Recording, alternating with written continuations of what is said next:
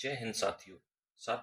श्रीलंका, बांग्लादेश और फिर नेपाल में जिस तरह से विद्रोह हुए और उस विद्रोह ने जिस तरह से वहां की सरकार को उखाड़ फेंका, क्या ऐसा विद्रोह हमारे देश में भी हो सकता है? क्या हमारे देश में ऐसा विद्रोह संभव भी है? यदि संभव है तो कौन सा वर्ग है जो ऐसा कर सकता है, और संभव नहीं है तो क्यों संभव नहीं है? इस वीडियो में मैं इन्हीं मुद्दों पर बात करूंगा। साथियों, विद्रोह की परिस्थितियां प्रत्येक देश में हर समय होती हैं, लेकिन सिर्फ परिस्थितियों का होना ही विद्रोह के लिए पर्याप्त नहीं है। विद्रोह की अगुवाई कौन करेगा, कितना जन समर्थन उसे हासिल हो सकेगा, सरकार कितनी ताकतवर है, उसका प्रशासन पर नियंत्रण कैसा है, और वह विद्रोह को दबाने के लिए किस हद तक जा सकती है, और भी ऐसी अनेक बातें हैं जो किसी विद्रोह की सफलता या असफलता निर्धारित करती हैं। जहां तक मेरी समझ है, आज दो वर्ग ऐसे हैं जो राष्ट्रीय विद्रोह को जन्म दे सकते हैं, लेकिन कोई भी वर्ग विद्रोह के माध्यम से सत्ता को उखाड़कर नहीं फेंक सकता। इन दो वर्गों में पहला वर्ग है किसान वर्ग।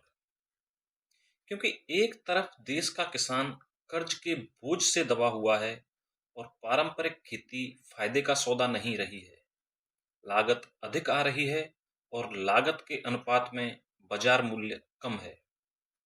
बाढ़, ओलावृष्टि, पाले जैसी प्राकृतिक आपदाओं ने किसान के सामने और भी मुश्किल खड़ी कर दी है। वहीं दूसरी तरफ सरकार पूंजीपतियों के पक्ष में झुकी नजर आ रही है और पूंजीपतियों की नजर किसानों की जमीनों पर है। वर्तमान सरकार से किसान खुश नहीं हैं और समय समय पर अहिंसक आंदोलनों के माध्यम से किसानों ने अपना आक्रोश भी व्यक्त किया है।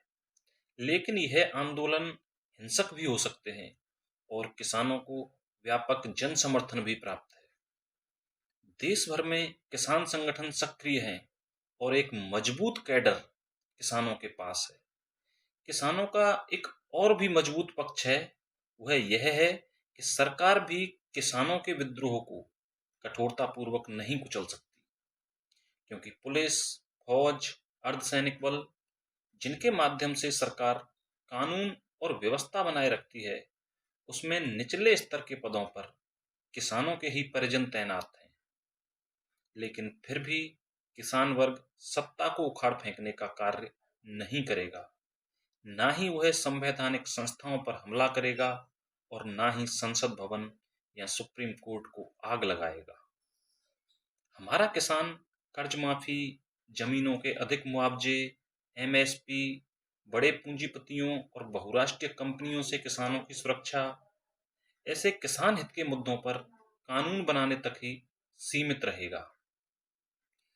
दूसरा वर्ग है हिंदू धर्म की उच्च जातियां। यह वर्ग आरक्षण व्यवस्था और एससी एसटी एक्ट से आक्रोशित है। यह आक्रोश कभी भी विद्रोह का रूप ले सकता है। हालांकि सरकार ने इस आक्रोश को कम करने के लिए ऊंची जातियों के लिए आर्थिक आधार पर 10% आरक्षण की व्यवस्था की है, लेकिन फिर भी कोई खास संतुष्टि इस वर्ग को नहीं हुई है। लेकिन वर्तमान सरकार को उच्च जाति वर्ग के वैचारिक संगठन आरएसएस का पूरा और खुला समर्थन है। इसलिए इस बात के आसार कम हैं कि यह वर्ग विद्रोह करे। हालांकि किसी अन्य पार्टी की सरकार होने पर हिंदू धर्म के उच्च जाति समूह द्वारा विद्रोह की संभावना अधिक रहेगी। इन दो वर्गों के अलावा कोई वर्ग ऐसा नहीं है जो राष्ट्रीय विद्रोह को जन्म दे सके। हालांकि इसका कारण उनकी कमजोरी नहीं है, लेकिन देश की राजनीतिक, सामाजिक व भौगोलिक परिस्थितियां उनकी सीमाएं तय कर रही हैं। जैसे अल्पसंख्यक वर्ग, और जैसा कि हमारे यहाँ अल्पसंख्यक वर्ग का सामान्य अर्थ मुस्लिम वर्ग से लिया जाता है। मुस्लिम वर्ग भले ही देश भर में फैला हुआ है और इसकी जनसंख्या भी 20 करोड़ से अधिक है, लेकिन यह वर्ग राष्ट्रीय स्तर का विद्रोह नहीं कर सकता, क्योंकि वर्तमान सरकार हिंदू राष्ट्रवाद पर आधारित है और इसलिए विद्रोह की स्थिति में निश्चित ही कठोरतम कदम उठाएगी। इसके अलावा हिंदू व सिख जनसमूह की तरफ से मुसलमानों की हिंसा के विरुद्ध प्रतिहिंसा भी होगी। अब बात मजदूर वर्ग की। निश्चित ही मजदूर वर्ग विद्रोह की शक्ति रखता है, लेकिन यह पार्टियों में विभाजित है और कोई भी मजदूर नेता अभी इतना ताकतवर नहीं है जो इन सभी को एक कर सके। अगर यह वर्ग विद्रोह करता भी है तो इसे आम जन से कोई खास सहायता मिलने वाली नहीं है और पूंजीपतियों के प्रभाव वाली वर्तमान सरकार इससे भी कठोरता पूर्वक निपटने में हिचक नहीं करेगी। हाँ, एक संभावना है, अगर किसान और मजदूर वर्ग साथ आ जाएं और बेरोजगारी से आक्रोशित युवाओं को साथ जोड़ लें तो फिर कुछ भी असंभव नहीं है। लेकिन फिर भी यह सब इतना आसानी से नहीं हो सकेगा जितना बांग्लादेश, नेपाल या श्रीलंका में हो गया। बहुत बड़े स्तर पर जान माल का नुकसान होगा। इसके अलावा एक अन्य वर्ग है, दलित आदिवासी वर्ग। यह वर्ग राष्ट्रीय स्तर का विद्रोह नहीं कर सकता क्योंकि इस वर्ग को भी आम जन की प्रतिहिंसा का सामना करना पड़ेगा।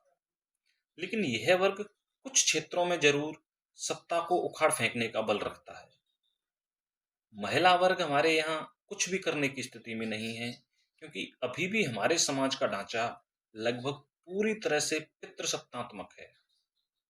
अंत में मैं इतना ही कहना चाहूंगा कि भारत में ऐसा विद्रोह वर्तमान में तो होना असंभव है जो सत्ता को उखाड़ कर फेंक सके। और हाँ, मेरा उद्देश्य किसी की भावनाओं को आहत करना या किसी को नीचा दिखाना नहीं है और ना ही किसी विद्रोह को भड़काना। यह बांग्लादेश और नेपाल के विद्रोह को देखते हुए भारत की स्थिति का विश्लेषण है जो कि मेरी सीमित जानकारी और समझ पर आधारित है। धन्यवाद।